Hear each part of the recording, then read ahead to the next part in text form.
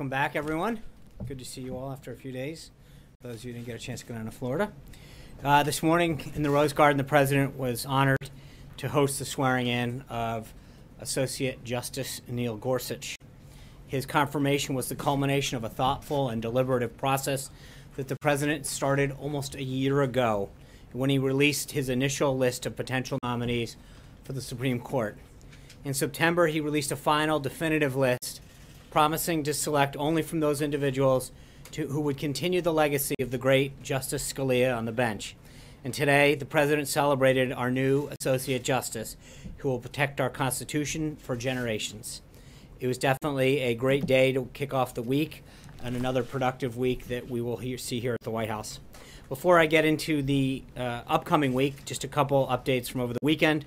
First, the President spoke with Prime Minister Löfven of Sweden to express our condolences for the loved ones who were killed in Friday's terrorist attack in central Stockholm, Sweden, and to wish a speedy recovery for those who were wounded. The President also called President Sisi yesterday to convey his deepest condolences to Egypt and the families who lost loved ones in the heinous attack that occurred there. Dozens of innocent people were killed and many more were injured on this Holy Palm Sunday. The United States condemns in the strongest terms these barbaric attacks on Christians' places of worship in Tanta and in Alexandria. The President also spoke with the King of Saudi Arabia, the Prime Minister of Japan, the acting President of South Korea, all about the United States' military strike on the airfield in Syria. All of the leaders expressed support for the United States' necessary action in response to the horrible chemical and bomb attack on innocent civilians. And yesterday he spoke with Commander Andrea Slow, the commanding officer of the USS Porter, and Commander Russell Caldwell, the commanding officer of the USS Ross, to thank them and their teams for successfully carrying out that strike. During these calls, the President communicated that he could not be more proud of the crews of these two ships and their flawless execution of these operations.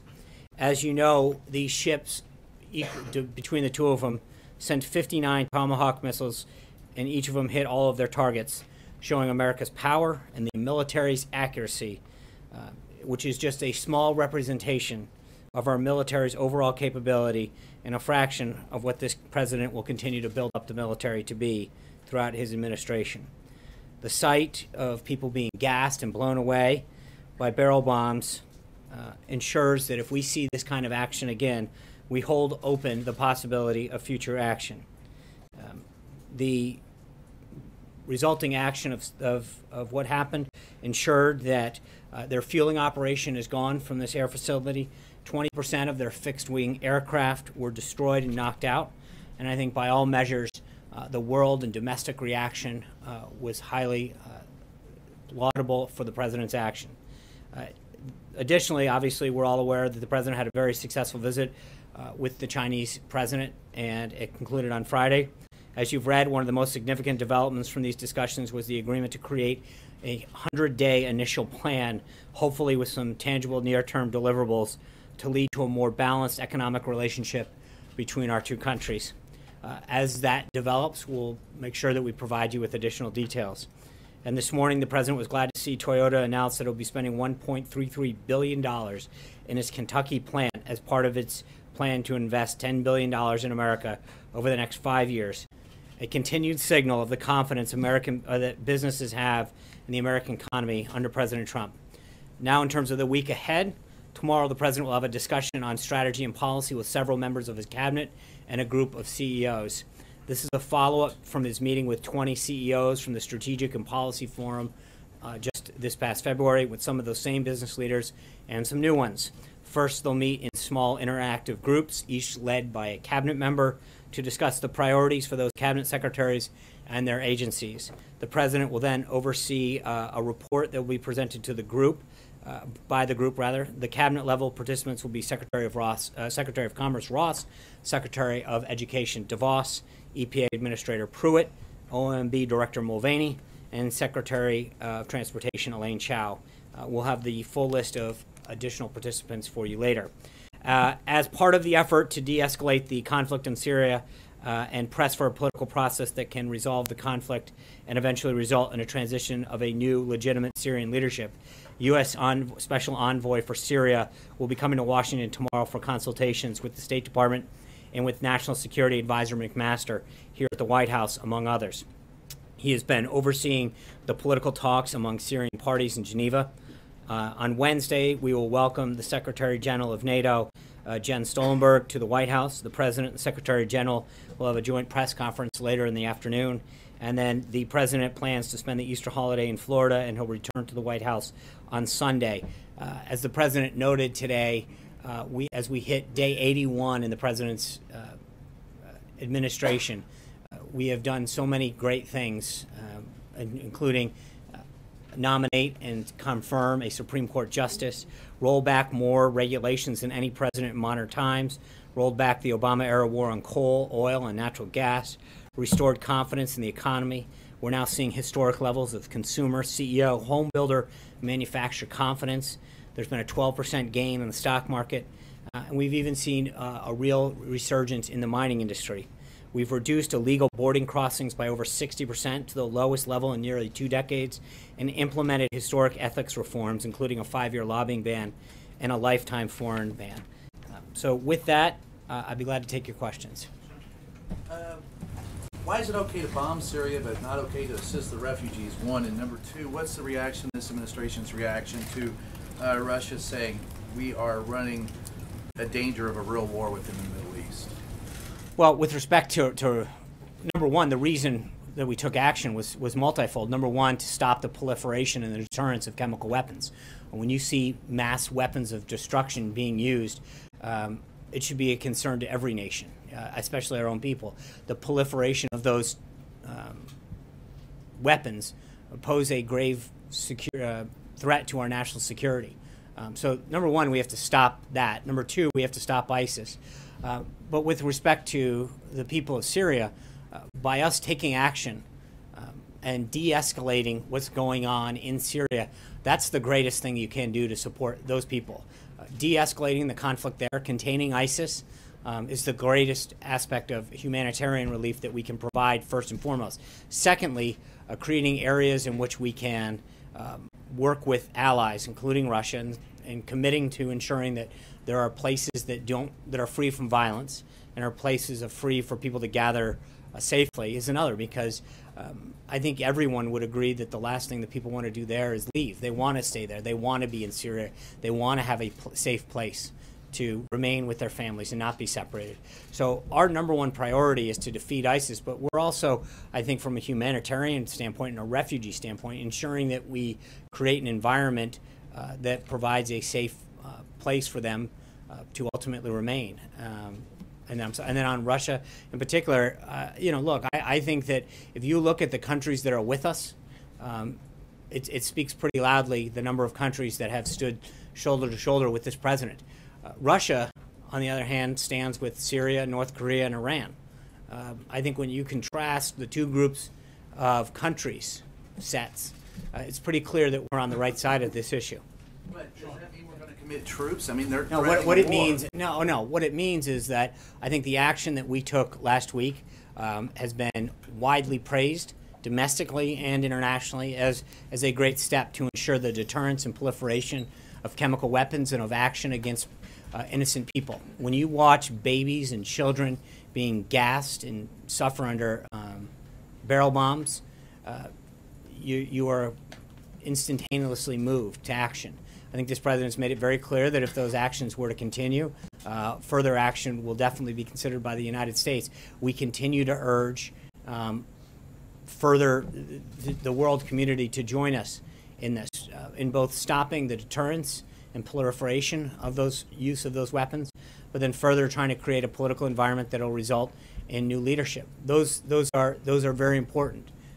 They go hand in hand. Are we building a coalition, or? I think we have a coalition. I mean, again, I think if you look at who's not with us, it's a pretty small group, and not a group that too many people are looking to bring on board. I mean, you've got Iran, Syria, North Korea, and Russia on one side of this. That's a pretty small group.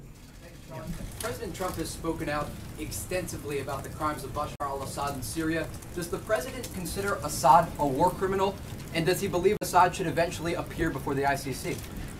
I think right now the focus is twofold. One is defeating ISIS, and the second is creating the political environment necessary for the Syrian people to have a new leadership there. I don't think that there's I can't imagine a stable and peaceful Syria where Bashar al-Assad is in power. I think we all recognize that happens, and there can be a multi-pronged approach where you're ensuring that ISIS is contained and there's a de-escalation of the proliferation of chemical weapons, at the same time creating the environment for a change in leadership. But does the president believe Assad has committed war crimes? I think that there's a court that decides those things, and obviously there's a reason that clearly the actions, when you take an action against the people that he has, and I think we feel unbelievably confident in the intelligence that we have.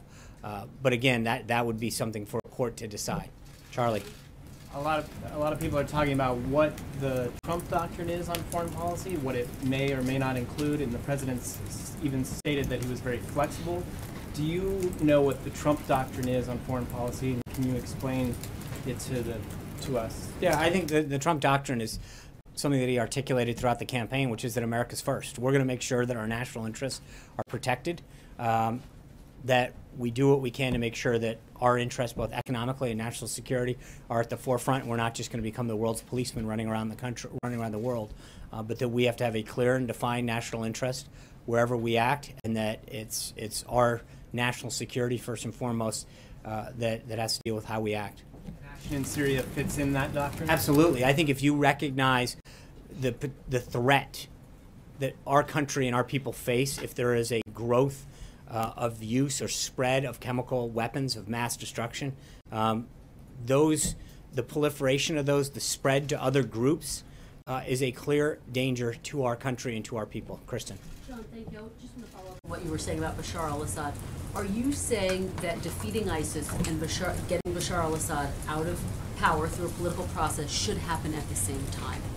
I think, I'm not trying to how you sequence them, but I don't think they're mutually exclusive. I don't think that you have to do one other than others, but I think they kind of go hand in hand. As you reduce ISIS's strength, as you de-escalate the conflict in Syria, the political environment to remove him becomes stronger and stronger. And just to be clear, Secretary Tillerson over the weekend said we can navigate a political outcome in which the Syrian people will determine Bashar al-Assad's fate and his legitimacy. Nikki Haley seemed to align more with what you were saying. She said in no way do we see peace in that area with Assad as the head of the Syrian government. So who better reflects the I don't think those are mutually exclusive statements, because I think that you can. One of them saying we don't see peace with him in charge, and the other one is saying we need to have him gone. I think that's the point of both. The goal for both of them, the goal for the United States, is twofold. As I've stated, it's one, to make sure that we destabilize Syria, destabilize the conflict there, reduce the threat of ISIS, but then secondly is create the political environment, not just within the Syrian people, but I think you can have work with Russia in particular to make sure that they understand that Syria, backed up by Russia's own accounting, should be held accountable for the agreements that it's made with respect to its international agreements on chemical weapons alone. And can you defeat ISIS with Assad still in power? ISIS with, yes, sure, but I think that I think you can defeat ISIS with him in power. I think that obviously, to your point, it's not like there's a single track that says you have to do. I mean, if we can get both at the same time or one happens after another, that's fine as well. But I think that the number one threat that America faces is ISIS in that region, and we've got to make sure that we do everything we can to do that. And just finally, when Secretary Tillerson meets with his Russian counterpart, what is his specific message going to be? Is he going to threaten potentially more sanctions if Russia doesn't get involved? Well, I think he's on his way there tomorrow, and I'll let Secretary Tillerson talk about his meeting with Foreign Minister Lavrov. I think there's a lot of things to obviously discuss. The overall fight on ISIS, but I think with respect to Syria in particular, I think we need to remind them of the commitments that they've made and the commitments that Syria's made. And I think that I think that first and foremost, we need to make sure that we all understand what the situation is on the ground. There is no question who acted in this case and what Syria did. And I think that we need to make sure that Russia fully understands the actions that Assad took, the commitments that Syria has made, and Russia has equally agreed to those same understanding. So getting them back on the same page, first and foremost, would seem the logical step. But secondly, and I guess equally as important, is to make sure that the areas where we can find a commitment to defeat ISIS is something that we share. Major.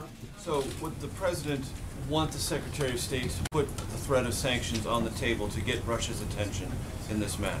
Because the Secretary of State said Russia is either complicit or incompetent. What does the President believe Russia actually is in this matter? Well, look, we'll have plenty of time to discuss how those talks go. I don't want to. The one thing the President's been very clear on from the get-go is he doesn't like to telegraph all the cards that he has. I think he wants to see how that conversation goes with Secretary Tillerson. If we can get them to agree to commit to action on defeating ISIS, get them. Well, I think that's what they're going to have a discussion about. I think that we need to see what goes beyond rhetoric and what goes where that talk starts and what they're willing to commit to in action. I think that's important. To get ahead of this right now before they meet is not something I want to do. I'd like to let Secretary Tillerson meet with Lavrov, have that conversation, and then report back. Jen? Yeah. Just more quickly about the White House itself. What is the President's perspective on the ability, the current ability of his senior advisors to resolve their ideological differences, resolve their personality differences, and work as a team? He's very confident in that. Because this is the same group with the same ideologies, the same strengths. They came together for a common purpose to win a campaign. There is an unbelievably talented team at the senior level and at the mid-level and frankly all the way down to the bottom level of this administration that is committed to the President's agenda. I said this multiple times throughout the transition, that everybody that came into this administration, while they might have a personal view or an action on an issue, they understand and understood and understand the President's vision and agenda. And their goal of coming into this was to understand, first and foremost, that it is the President who made pledges and promises to the American people about the direction he'd take this country and the actions he's taken. And he is doing that, and I just read off a series of them in terms of the judges that he's appointing, the Congressional Review Act pieces of legislation that he signed, the executive orders. When you look at the actions that he's taken and the results that he's getting, 60% down on the border, nobody would dispute the fact that immigration was a hot topic during this campaign. And the President's actions are seeing results. And I think you're seeing it both on the market and on our national security front. So he understands that we have some pretty smart, talented individuals who are opinionated on a lot of subjects, but that our battles and our policy differences need to be behind closed doors. We need to focus and ultimately all come out committed to advancing the President's agenda. But he is completely aware of the talent that he has, and that's part of the reason that he's brought this team together is because of the talent and successes and accomplishments they've had on a variety of backgrounds, and he fully believes that they're going to continue to push forward to advance his agenda. Philosophy that led him to have or order this meeting on Friday, where the two principals, Bannon and Jared Kushner, were essentially told by the President, cool this and get along and get on the same page. Well, look, I think there's a lot of stuff that was overblown about this that makes it out into the media sometimes and gets a little bit more sensational than it truly is. But I think the President's obviously very pleased with the last week that he's had and the accomplishments, especially on the foreign policy front. I think we had an unbelievably helpful and productive meeting with the Chinese. His meeting with King Abdullah was unbelievable, and he's continued to have very strong foreign policy wins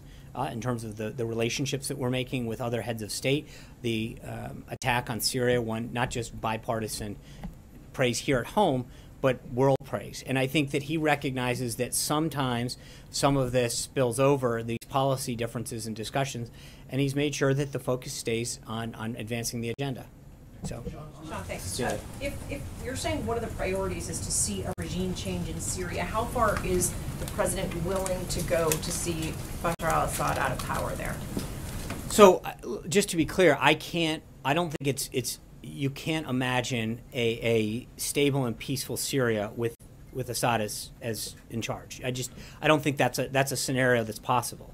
But I think that the first step in that has to be to make sure that the region and Syria in particular are stable. You can't have ISIS marching through Syria and then worry mostly about who's in charge right now. We've got to make sure that first and foremost, in terms of our national security, I think it was Brian's question at the beginning, our national security is the first and foremost reason that we have to act. And as ISIS is proliferating and chemicals of mass destruction are on the rise there, we've got to contain that.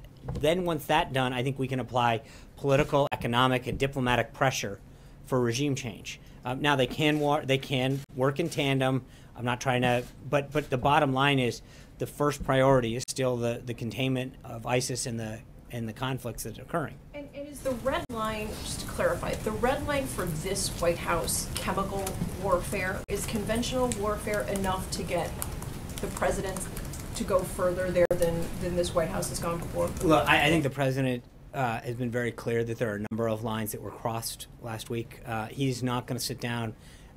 We saw that in the last administration. They drew these red lines, and then the red lines were run over. I don't think you're going to see the same play. I think what not just Syria, but the world saw last week is a president that is going to act decisively and proportionally and with justification when it comes to actions like that. I mean, and I will tell you, the answer is that if you gas a baby, if you put a barrel bomb in to innocent people, I think you will see a response from this president. That is unacceptable. And I think the rest of the world. I think. Look, one of the things that I don't want to start doing, Cecilia, is say if you do this, this is the reaction that you're going to get. The president's made very clear throughout his time in the campaign, through the transition, and now as president, that he's not going to telegraph a response to every corresponding action, because that just tells the opposition or the enemy what you're going to do and whether or not that response is worth taking. The president's going to be very clear that he's going to keep his cards close to the vest, but make no mistake, he will act. John. Thanks a lot, Sean. I wanted to ask you about the reaction that the president took in terms of military involvement last week. You said in your statement that all 59 of those cruise missiles hit their intended target, and yet we're seeing reports that that military airbase in Syria continues to be used by the Syrian military. Yeah. Given that, how can you consider that particular mission a success? Well, because I think from what you're hearing, you've taken two pre-fueled planes and taken them off. It's a PR stunt. The bottom line is their fueling capability has been taken out, their radar capability was taken out, and over 20% of their fixed-wing aircraft from their entire Air Force was taken out. Their ability to operate successfully out of that airbase is gone. Like I said, they as a PR stunt, they took some pre-fueled planes, pushed them over to make it look like nothing is. But make no mistake about it, their radar capability is gone, their fueling capability is gone, and a good chunk of their aircraft is gone. That's a huge success. John Gizzi. I just want to ask you one other question, okay, following up on what Major Garrett asked, sort of about these reports of a shakeup at the White House. There have been various reports that the Deputy National Security Advisor, K.T. McFarland, is stepping down from that post. She'll take on the post of U.S. Ambassador to Singapore. Can you confirm that? And what's behind that particular move, if indeed that's the case?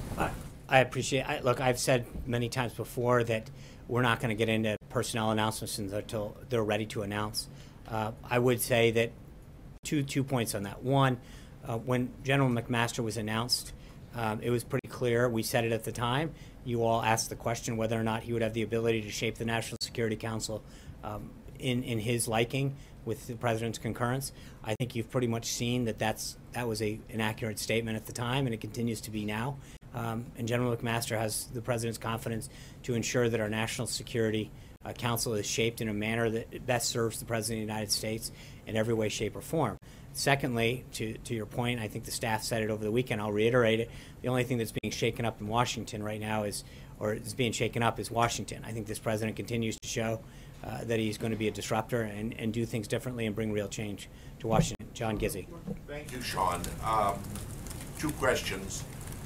First, the previous administration was in touch with the Assad opposition and gathered conclaves of different groups, including the Free Syrian Army. Is this administration in touch with the same anti-Assad forces, political and military? Yeah, I'm not going to go into details on what we're doing and who we're talking to. I think that's obviously didn't prove too successful last cycle. last administration in terms of regime change. So I'm going to not get into telegraphing what we're doing and how we're doing it. On the domestic front, Congressman Ron DeSantis wrote the president just last week to call in very strong language for him by executive order to end what he calls the OPM rule of 2013. That was an executive order, of course, that undercut the Affordable Care Act's amendment saying that members of Congress and their staff could not get health care and special subsidies unlike any other American. And he said as soon as that is eliminated, Congress will move faster because they and their staff will not have special treatment. Is the president going to use his pen and get rid of the OPM order? I'll have to look at that. I know Secretary Price has been dealing with a lot of, I know that's an OPM order. Secretary Price has been reviewing all of the necessary implementation documents and orders with respect to Obamacare. I know that he's working with Director Mulvaney. Director Mulvaney, I anticipate, will be here with you guys at some point, probably tomorrow, to talk about some reorganizing of government. That might be an appropriate time to talk to him specifically about that. Dave. Thanks, Sean. The list of judges that the president put out last year saying these are the people I would consider nominating, you referred to earlier. In the end, Democrats still tried to filibuster Judge Gorsuch. Right. So what difference from that perspective did putting out that list make in the end? That's a great question. I think what it showed first and foremost is the president kept his word. The president put out a list of people and campaigned on it and said, if you elect me, these are the type of justices that I will choose from. And they are originalist. They are going to read and interpret the Constitution as it was written and meant to be. And I think the American people, in a lot of cases, if you look at exit polling, voted for him in a lot of cases because of that. I think it shows that, again, whether or not you disagree or agree with the president, sometimes philosophically, he gets high marks for keeping his word. I think that means a lot, that he went out on a number of topics, including the type of justice that he would appoint, put it before the American people, allowed them to vote up or down at the ballot box, and it's an affirmation of the kind of justice that he wants. But it's also a continuation to know that the president is going to be someone who makes a pledge to the American people and keeps it. He's going to obviously have other federal judges to nominate, maybe Hope Supreme so. Court judges. What else has he? What else did this process teach him? Anything? Well, I think from a political side, it was pretty obvious that you can disagree with Judge Gorsuch's judicial philosophy, but I think by every standard, he was a very highly qualified justice. The American Bar Association rated him their highest. The people who have worked for him in the past, his judicial record in terms of the number of cases where he was in the mainstream and Democratic appointees sided with him. And I think it basically showed the president that trying to work with Senate Democrats wasn't really was somewhat of a futile task. That these were people that made up their mind by and large, regardless of who the person was, and we're going to vote it down. So that would probably be the biggest lesson. But it also shows that when you've got the right individual, you've got someone who's eminently qualified. We're gonna succeed in getting them done. Blake. Let me turn your attention to tax reform real quick, and I've got a few. There's a report out there that says the president has basically gone back to the drawing board as it relates to taxes. Yeah. Is that accurate, or No. does he still, what he put out there on the campaign trail, is that still the backbone of what he wants to see get done? Yeah, I mean, that's the backbone, but I think that what you're seeing is us going through this process of his economic team, everyone from Secretary Mnuchin to Secretary Ross to Gary Cohen and others sitting down internally and beginning that process of meeting with groups that have been advocating for tax reform since 1986, kind of the ink on that one dried, and starting to meet with outside groups, industry groups, individuals, members of Congress, to get their input. This is going to be a major undertaking, and I think we want to make sure that we listen, have their ideas and their input as we move forward. But this is the beginning phases of that process. You mentioned Gary Cohen. He said on Friday that there's been this August deadline that Steve Mnuchin and others have talked about, and Friday Gary Cohen suggested that August might not be the deadline. Is this timeline getting pushed at this point? Well, it's not getting pushed. I think it's just getting, obviously that still would be a great opportunity before they leave for August recess, but we're going to make sure that we do this right, and we do it with the input of all of the individuals, groups, and members of Congress that have had a long time interest in doing this. And it is a big deal, right? You've got the ability for our businesses and industries to be more competitive in the global market, and then you want to make sure that you're providing middle-income tax relief that creates economic growth throughout the country. So Americans are filling out their tax reforms right now for 2016. This time next year, they're going to fill it out for 2017. Will they have a 2017 tax cut this time next year? I think middle-income Americans, I hope, have a tax cut by then. Jeff. Sean, during the campaign, Sorry. it's that. I know. You go next. Then Careful with that.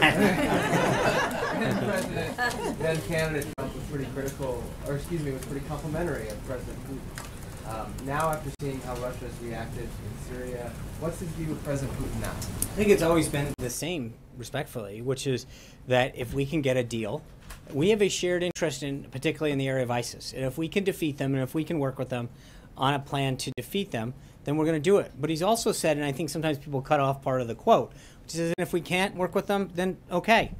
But the president came into office to really focus on two fronts: keeping our country safe and growing our economy and putting people back to work. And I think if Russia or any other country can help us achieve those two goals, either through market access and additional products and services from the United States into a major marketplace, but more importantly, it helps keep our country safe through a combined effort to defeat something like ISIS, especially in a place like Syria where they're playing so prominently, then I think we want to work with them. But if we can't get a deal with them, then the president's not going to be disappointed, but he would like to do what he can to work with these individuals to make it happen. Jim. Would you still describe him in the same way that he did several months ago as a leader who he viewed as stronger than President Obama? I think we'll wait and see. We're 81 days in. I think Secretary Tillerson will have a lot of information after he meets with Foreign Secretary Lavrov. Ask you one other question on trade. Did you mentioned the 100 days agreement that the president and president of China agreed on? Did China offer to give the U.S. some concessions on beef exports and financial investments as part of that? Yeah. Look, this is an initial working plan that they're going to try to hammer out what that 100 days looks like. And then they call them like way stations. Like, what are those stops between 100 days and now that would be things that both sides would be looking at? And I think, obviously, beef exports and additional market access in China, intellectual property, the ability to have foreign ownership, especially in the services industry, is something that has been a big prize of U.S. exporters and industry for a long time. But it is something that is being hammered out as we go forward. So that's the plan was to put together a plan, and there's a lot of pieces that both sides would like to see in there, and these benchmarks between now and those 100 days. But that plan is something that they talked about putting together during the over day that they met together. And it is something that the counterparts are now going to continue to flush out. So there's a lot of topics that got put on the table. We're going to see how that works. Jim. Thank you, Sean.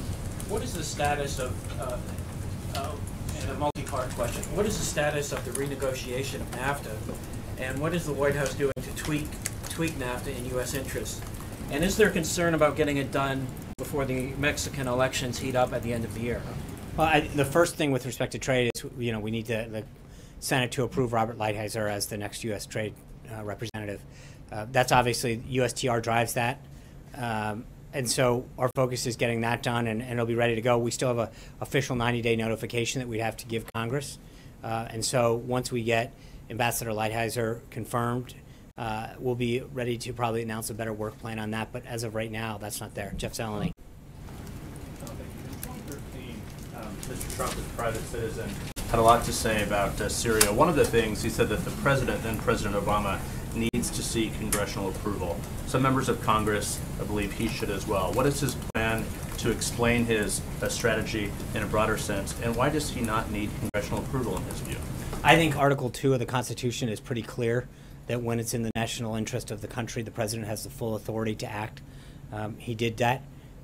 He and his team spoke extensively to congressional leaders on both sides of the aisle that night to describe the action that's being taken forward. So I think we have fully fulfilled every obligation, but the power vested in Article 2 is very clear with the President's ability to act. In terms of things happening here at the White House behind the scenes with his staff members, obviously there were some ideological and policy differences on this particular military action last week. Does the President believe, or do you believe, that this has been smoothed over in the short term, or there has been a long-term solution to the fighting between Steve Bannon, Jared Kushner, and others? Are you talking specifically with Syria, or are you talking... Specifically with Syria, there was a disagreement, but is this a short-term fix to this problem, or do you believe, does the President believe, that there is a longer-term fix to this infighting that has really plagued his administration? Well, again, I'd say a couple things, Jeff. One is a lot of this is frankly overblown. But number two is the reason the President's brought this team together is offer a diverse set of opinions. He doesn't want a monolithical kind of thought process going through the White House. He wants a diverse set of opinions. He is the decider. He has people come in and give him a variety of options and plans. He went back and forth over that 72-hour period where he wanted additional options, additional explanations and questions answered. That's how he's going to deal. And so whether it's this, healthcare, tax reform, trade, he's got a divergent set of opinions on here of experts. The idea isn't to have one set of thought and policy flowing through there. It's to give the President the best advice possible, but that once the President makes a decision that the team is on board 100% to make sure that we do what's been the best interest of the country and fulfill the agenda that he's laid out. So I think the President wants to have a series of ideas and thoughts put forward to him. That's how he's going to make the best opinion or best decision possible for this country. But it must have crossed a line if he said to work it out. Well, I think sometimes, again, I'm not going to get into what happens internally, but I think sometimes might spill out into public more than other things. But there's always going to be a healthy debate internally on a variety of policy issues among the cabinet, among the staff, to make sure that the President sees every option that's available, every opinion that he should weigh and counter before he makes a final decision. It's just sometimes those discussions may make them out a little bit more publicly than they do. But I think, as I noted at the beginning, I thought there was a lot of overblown coverage of how it actually happened and what went down. So sticking with Steve Bannon, he is right very now. confident in the team that he has, that they have an unbelievable amount of knowledge, and he enjoys the counsel that they all bring to this table. Thank you guys very much. I'll see you tomorrow. Is the President willing? You should have finished.